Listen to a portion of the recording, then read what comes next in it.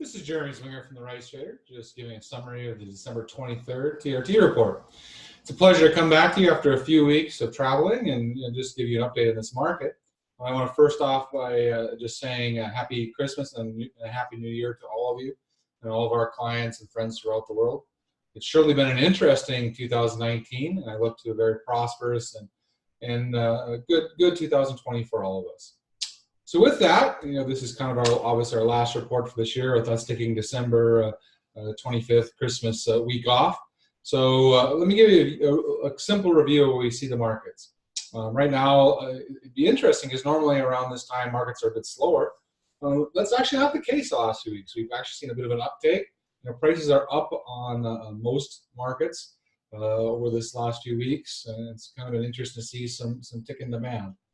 Which we'll talk about a little bit later. Of the overall demand's not been great, but definitely the last few weeks a little better. We have seen an uptick in the African interest with focus on Pakistan and Myanmar. There's also been interest from Thailand as well, and definitely an uptick in business. The Philippines has been, of course, shipping old contracts from Vietnam, but there's also been some new sales talking about. Iraq being the biggest. The 120,000 tons is being kind of talked behind closed doors, we hear, but also sales to Cuba and Syria, just to kind of round up the overall balance with the African sales and everything. Obviously, China remains the very big piece that is changing it. If you just look at the 5 major exporters, you're off by 8.5% on the year, which is a very significant drop from last year, and really the worst exports since 2016, before you look at the other smaller markets in China, which of course Myanmar and Cambodia and China have really kind of shifted up the overall competitive mechanism, the overall situation in the markets. So it's not as simple as prior year markets, definitely, as we look at what's happening in this China influence. And the overall grains, just to kind of end the year with what I've said much of the overall year, you can look at the grains markets right now and the prices in wheat and corn and soybeans, and you're just going to see heavy competition. They're just so cheap, which is kind of made worse by the Asian swine issue, with so much of the swine being culled. Definitely decreased the amount of feed, and oddly added to the world food balance, because when you eat meat, you really lose about 3 to 4 to 1 calories using the feed to get the protein. So, in some ways you add to the balance even with that swine fever, and it's just been an odd year with all these pieces: the cheap grain, the Chinese influence, the overall situation, and then worries about crops that didn't come. The Indian crop ended up being good. The Thai crop with some dryness ended up being good. The U.S. crop, although there was a lot of concerns, was decent, even though it was down a little bit. So overall, pretty good crops. Definitely strong rice production against all of this backdrop. So, definitely an interesting year. We do see a bit of an uptick in demand in the short term, and we'll see if it carries over to 2020. What else are we seeing? Well, we have to talk about the U.S., of course. There was obviously impeachment of President Bush, which we've said the day after the election, about a year ago, actually 14 months ago, I said that when the Democrats won, they would attempt to impeach the president.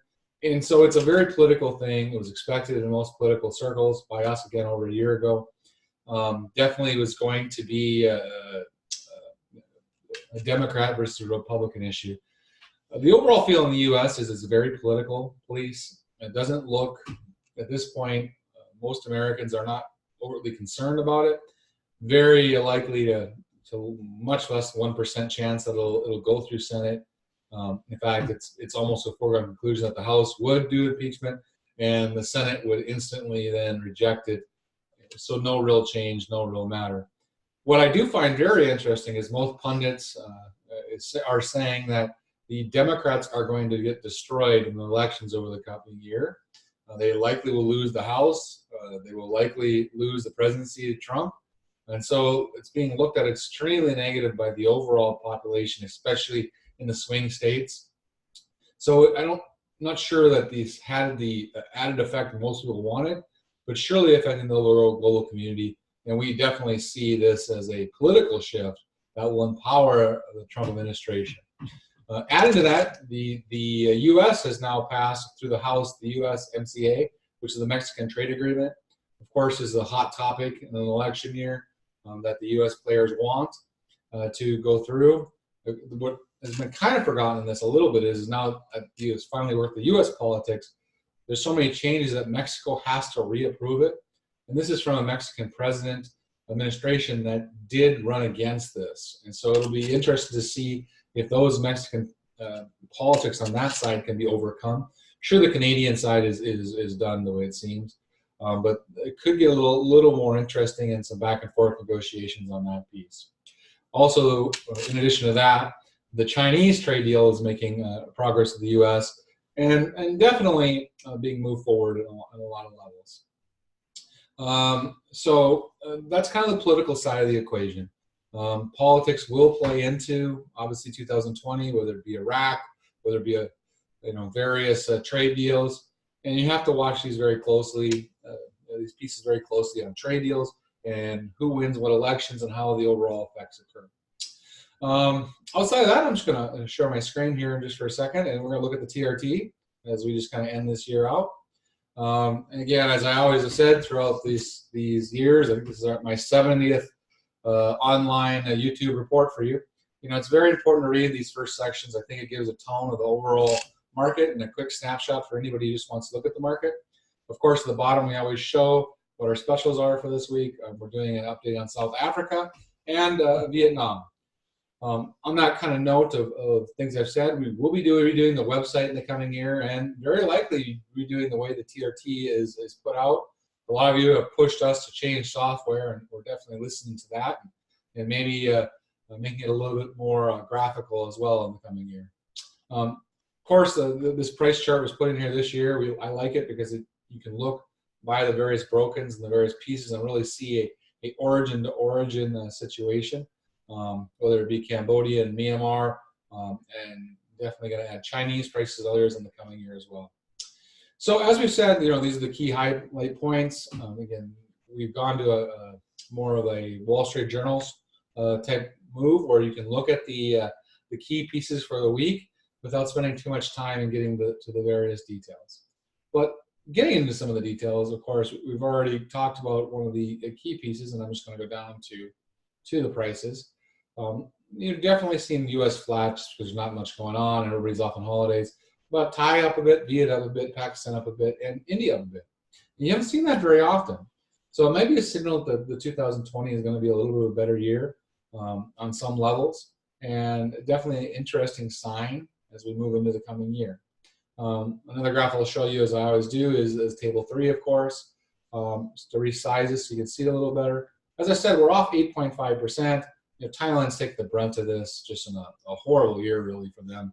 The worst exports in years, and they will come very close to not getting even 8 million tons. Hopefully, the trade over the next 14 days for them will exceed at least 8 million tons, but that's a far shot from 10.5 last year and nearly 11 in 2017. India off about 1 million tons as well. Just amazing shift. While the Viets on their Philippines push very close to the Thais, even at will be over 7 million tons. While Pakistan was very blessed by their relationship with China, and that's really been the key. And the U.S. is having just a blasé, normal, flat year, but definitely down over the last few years. Outside of that, I'm just going to run to the Vietnamese section. That is our key update for the week. Actually, this will be resized for the graph, but this just shows what happens sometimes in the report as we look forward.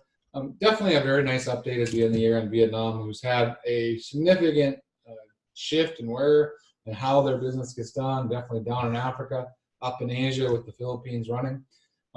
Definitely a lot of guys will be looking to the Indonesia in the coming year and how the Philippines continues their tariffication. But you can just see the shift in the overall report, of what's happening and how things shifted just in the last short year on a lot of different levels with just this massive increase in the Philippines, massive decrease in Indonesia and China. that's really the story in the end. Outside of that, again, I'm just going to run to the very end. We've talked enough, but this is a nice just summary. We're going to definitely be doing more country reports in the coming year. Trying to do the major importers at least once every 6 months and just highlight a little bit more on them, and also the water situation in a lot of these countries. But just a nice little snapshot report from our team. And also just a last picture of the World Conference, which was done so well. So with that, I think I've gone enough in the overall market. I think there's just only so much I can say. I really appreciate you guys giving us your time and your energy and all the support. We greatly appreciate our clients and our friends throughout the world, the many dinners we've had, the many great talks. With that, I guess I close out the year of 2019 and look forward to seeing you in 2020. Merry Christmas and Happy New Year from the Rice Trader team.